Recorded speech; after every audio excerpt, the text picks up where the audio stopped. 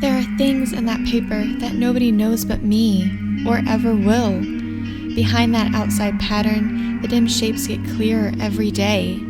It is always the same shape, only very numerous, and it's like a woman stooping down and creeping about behind that pattern. I don't like it a bit.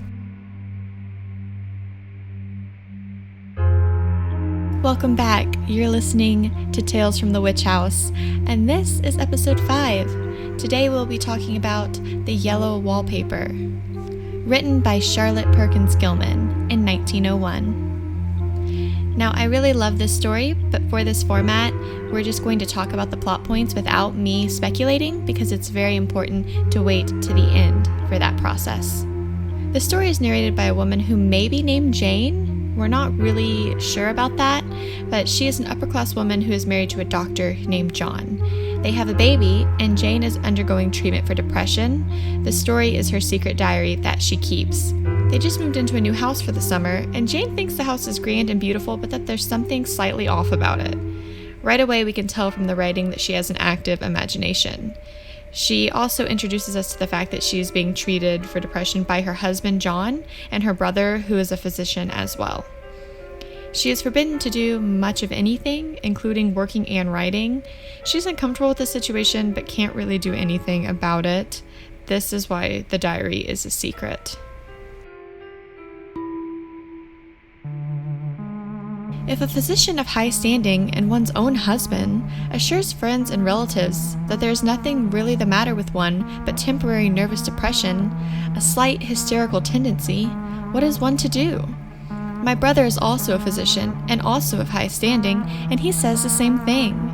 So I take phosphates or phosphites, whichever one it is, and tonics and journeys and air and exercise, and am absolutely forbidden to work until I am well again. Personally, I disagree with their ideas. Personally, I believe that congenial work with excitement and change would do me good. But what is one to do?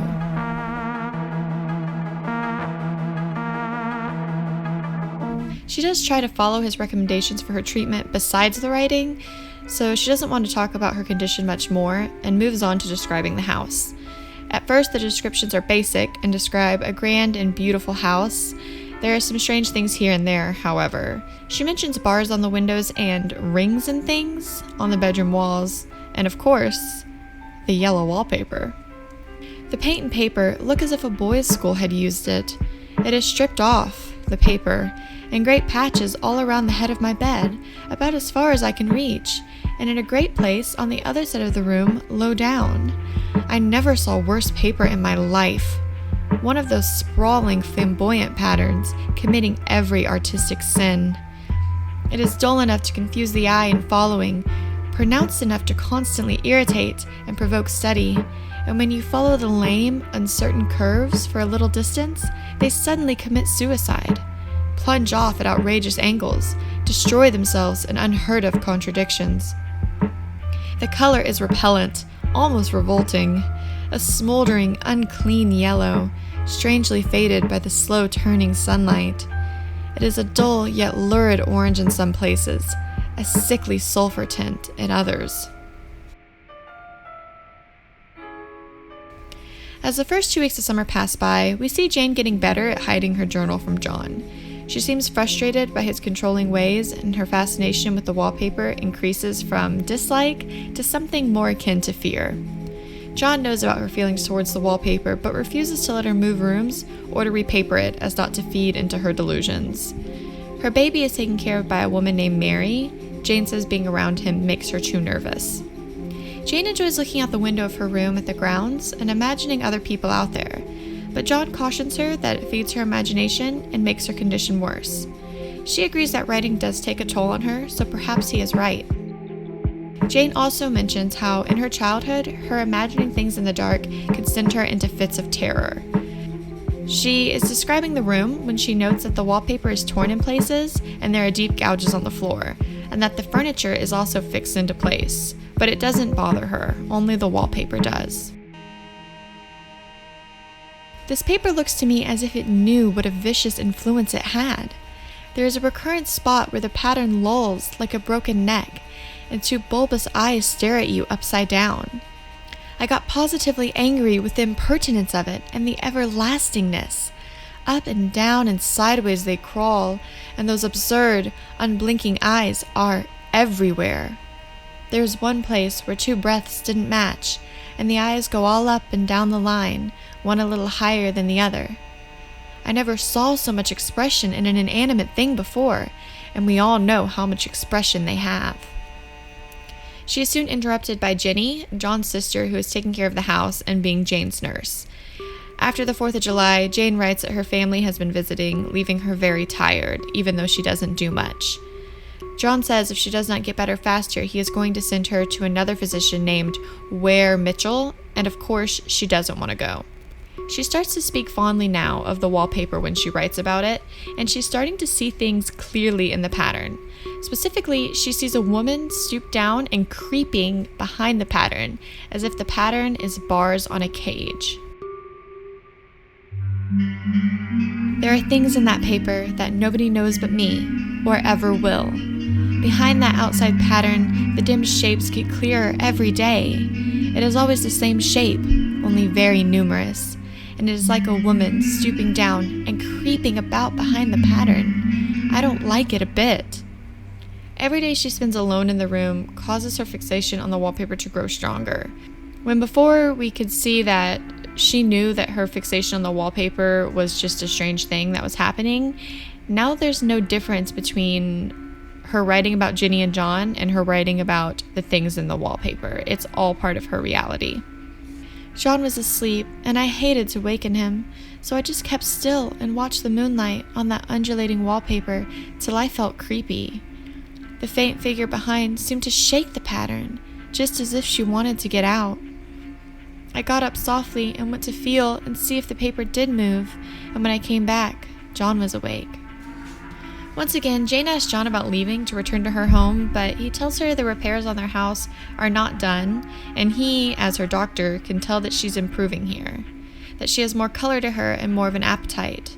She does her best to tell him that she does not agree, but he ends up silencing her concerns and making her feel as if she can't speak to him about it at all. So of course, I said no more on that score, and we went to sleep before long. He thought I was asleep first, but I wasn't. I lay there for hours trying to decide whether that front pattern and the back pattern really did move together or separately. In the next entry, Jane describes the wallpaper in length and says that it changes pattern with the light. During the day, the pattern holds the woman inside still, and at night, the pattern turns into bars and the woman behind is able to creep around. Here is a description of how she sees the pattern during the day.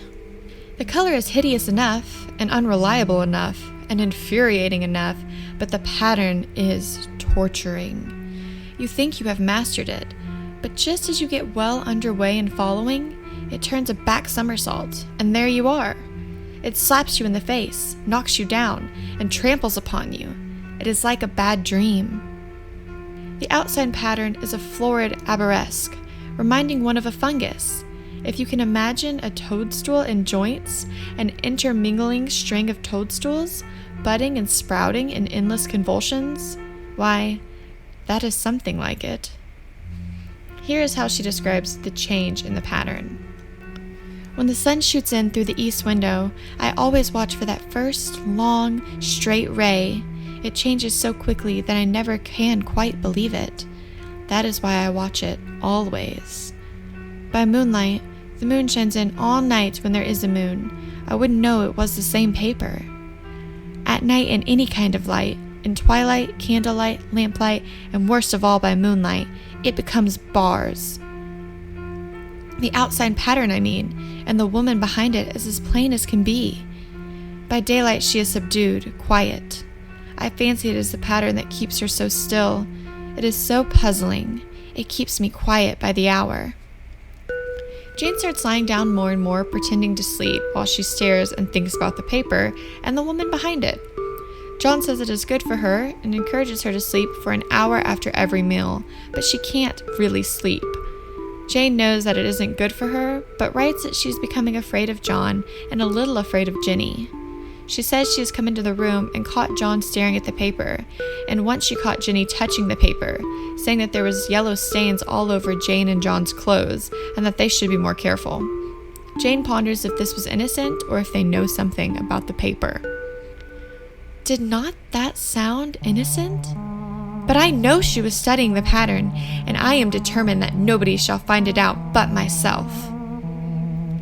Jane writes that her life is much more exciting now, that the wallpaper and the mystery gives her something to look forward to. She is eating better, and John is happy with her progress, though she takes great care in keeping the wallpaper to herself so he does not take her away from there. She has a week left in the home and thinks that will be enough time to figure out what is going on. Now she starts to notice that the wallpaper has a smell to it. She can smell it all over the house, and even when she was outside of the house on a walk or on a ride, she can even smell it in her hair. She can't describe the smell other than the color yellow.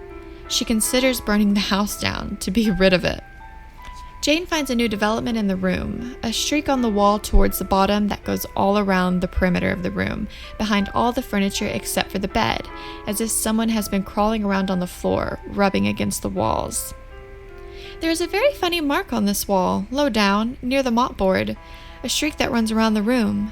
It goes behind every piece of furniture except the bed. A long, straight, even smooch, as if it had been rubbed over and over. I wonder how it was done, and who did it, and what they did it for. Round and round and round and round and round and round.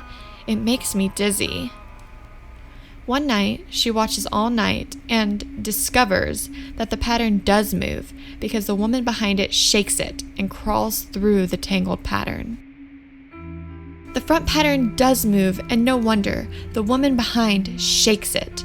Sometimes I think there are a great many women behind it, and sometimes only one, and she crawls around fast, and her crawling shakes it all over. Then, in the very bright spots, she keeps still, and in the very shady spots, she just takes hold of the bars and shakes them hard, and she is all the time trying to climb through, but nobody could climb through that pattern. It strangles so. I think that's why it has so many heads. They get through, and then the pattern strangles them and turns them upside down and makes their eyes white. If those heads were covered or taken off, it would not be half so bad. Jane writes that she knows that the woman or women get out of the paper during the day. She sees her outside of the windows, creeping along the road or in the garden. When a carriage comes by, the woman hides. The woman creeps so quickly that when Jane turns her head to look out of the other window, the woman's already there, as if she got there faster than Jane could turn her head. She's also developing a strong distrust for John.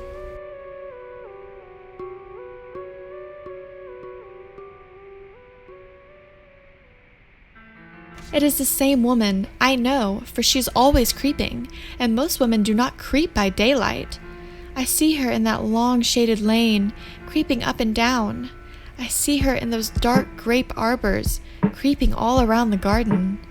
I see her on that long road under the trees, creeping along, and when a carriage comes, she hides under the blackberry vines. I don't blame her a bit. It must be very humiliating to be caught creeping by daylight. I always lock the door when I creep by daylight. I can't do it at night, for I know John would suspect something at once. And John is so queer now that I don't want to irritate him. I wish he would take another room. Besides, I don't want anybody to get that woman out at night but myself. I often wonder if I could see her out of all the windows at once. But turn as fast as I can only see out of one at a time. And though I always see her, she may be able to creep faster than I can turn. I have watched her sometimes away off in the open country, creeping as fast as a cloud shadow in a high wind.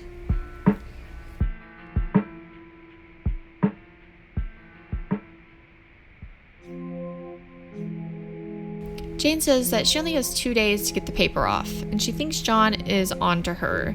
He is asking her a lot of questions and asking Jenny questions about her. She says that he pretends to be loving and kind, but she can see right through him. Jane says she knows that sleeping under the paper is affecting them both. It is the last day they will be in the house, but John is staying in town overnight. Ginny wants to sleep with Jane, but Jane tells her no. As soon as night falls and the woman starts to shake the paper, Jane runs over to help her. She spends all night ripping off large chunks of the wallpaper, with the help of the woman trapped inside. In the morning, people come to move furniture, and Ginny is surprised by what she did, but doesn't seem alarmed. Jane vows to finish the job before they leave. Ginny tries to get her to leave the room, but she insists she would sleep well in the empty room, so Ginny leaves her.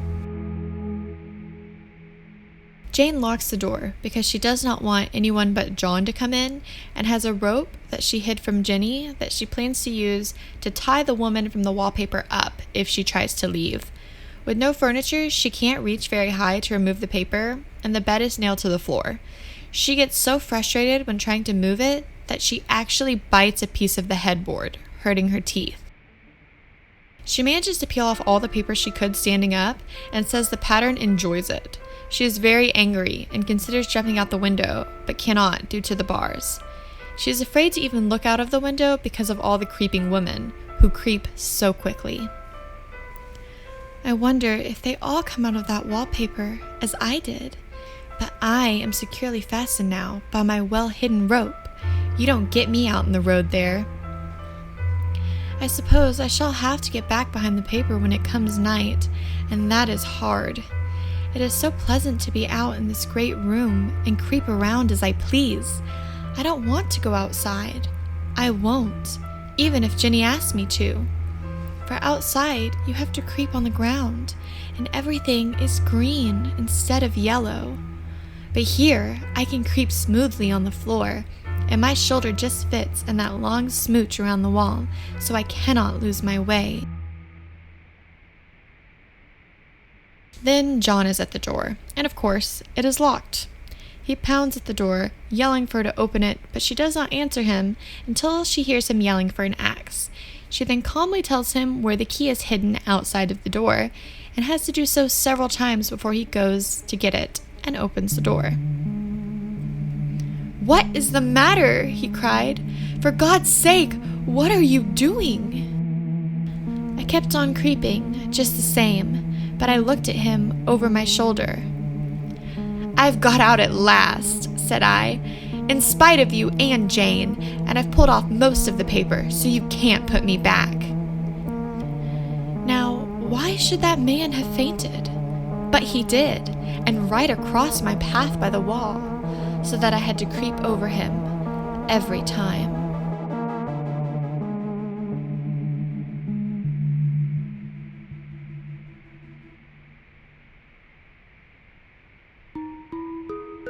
Okay, and that's the end.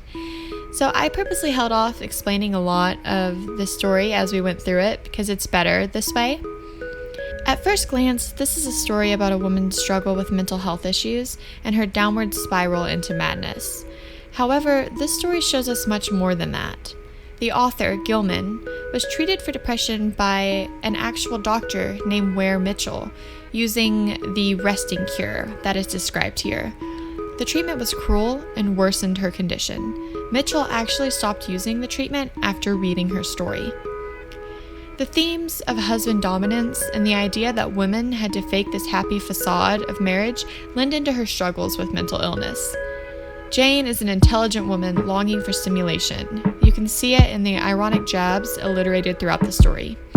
The thing I love most about this story is not just the creepy imagery, but the reality in which it was gripped. Upon a second reading, a lot of things will jump out at you. The furniture being attached to the walls and the bed secured to the floor seem to reflect that the room is made for someone suffering from mental illness, though Jane refers to it as having been a child's room.